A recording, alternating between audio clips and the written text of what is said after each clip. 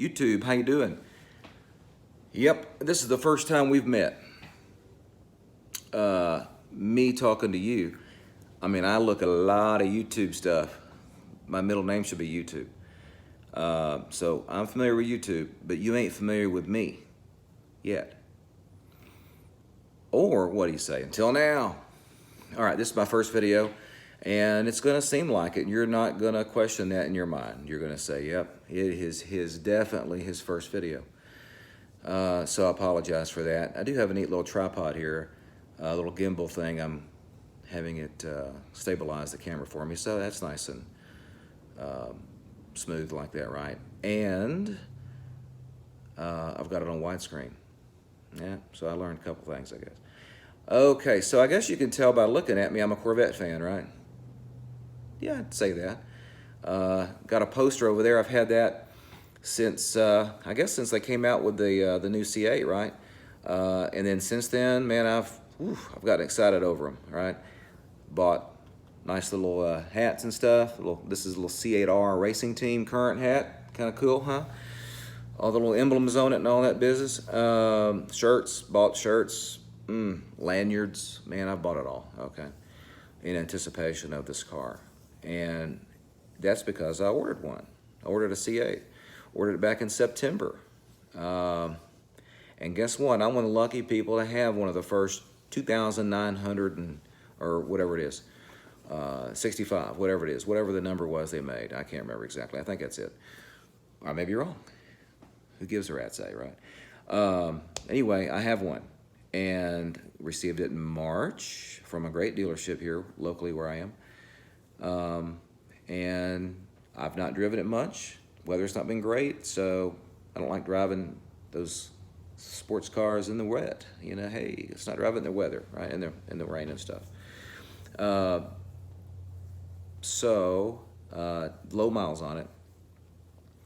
And you know, I would show it to you, but instead of showing you something, I'll show you this right here. Check this out.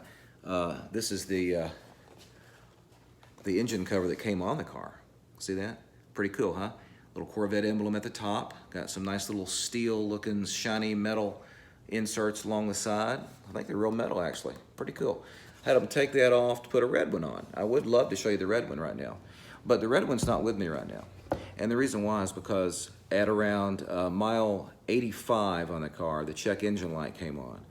I had OnStar do a diagnostic examination on it there, and they came up with a code of P as in Paul, 2838, and that has something to do with transmission. Oh, goodness. Yeah, that's the first thing that my brain said to myself. Oh, goodness. Oh, crud. And transmission. Well, so then what happened? One of the things it did at that time, driving pattern that it did, was it displayed a message in the information system there that said that idle creep has been temporarily disabled. And yeah, it kind of drove weird when backing it up and stuff, parking it in the garage. It was a little bit awkward, right? Kind of jerky a little bit even. And then I discovered a few days ago when I took it to the dealership to have the check engine light checked, it in automatic drive would start in D2 and then go to D4 and D6.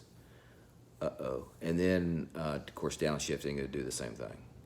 At a stoplight, it always started off in D2 and then 4 and 6. So, yeah, that was weird. So dropped it off the dealership. And then just today, a few hours ago, the dreaded phone call. No, the car didn't die, but the transmission did. Yeah, can you believe it?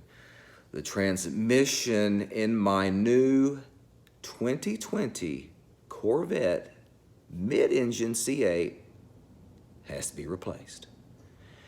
There was some issue maybe with bolts that have to be used that are one-time use only, and their availability is in question, but I just now learned that they may potentially have the transmission and the bolts here on Friday, and this being Tuesday.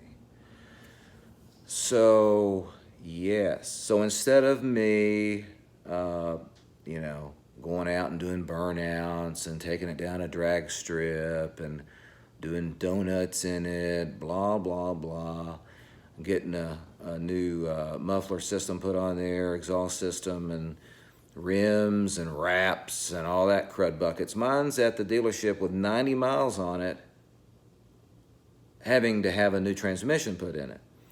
So I have heard of one Corvette forums on the internet that some other dude had one that had 30 some odd miles on it that transmission had to be replaced. Well, I may be number 2, which is equally as bad as number 1, right? The Corvette tech apparently told the worker bees here that they have seen some issues with this. There's a piece or some pieces that break loose from inside the transmission and migrate into another area that's, you know, not good. Causes the issue. The check engine light was not flashing ever. It was always just solid. So anyway, that's it. My first YouTube video. I was going to start off my new channel with like, hey, here's my new car, blah, blah, blah, check it out, you know, and sorry I couldn't do that for you. But I thought this was equally important. People need to do research when you buy new cars. All cars are, you know, nothing's perfect in the world, right? We only know of one thing that was perfect, right? And he's not here right now. Well, in vision, right? I mean, he's with us, but not that way currently. So anyway, nothing's perfect, and certainly cars aren't, transmissions aren't, and those things are bound to happen. Unfortunately, it's with a car that's been waited on for over 60 years, right? One of the most hyped cars in our lifetime has this issue, and I can't drive it now. It's just frustrating to spend that kind of money on something, not be able to use it, and then to now worry that what's next? What's next? Thank God I got the extended warranty. I knew to do that on a first generation car, right? Well, let's see. So anyway, appreciate your time. Thanks for checking in to what the heck I had to say. Hope it was somewhat enlightening to you. Please feel free to make any comment you want down there. You're not going to hurt my feelings. I mean, I don't care if I don't have any subscribers. I probably won't have any. That's okay. I'm not one of those dudes. I'm just trying to shoot a plane to you, okay? And let you know what a real guy goes through, and not some fancy YouTube dude, okay? That has to answer to somebody or something. I don't care. And I welcome GM to give me a call and discuss, you know, this issue with me. I would welcome that, actually. So you guys take care.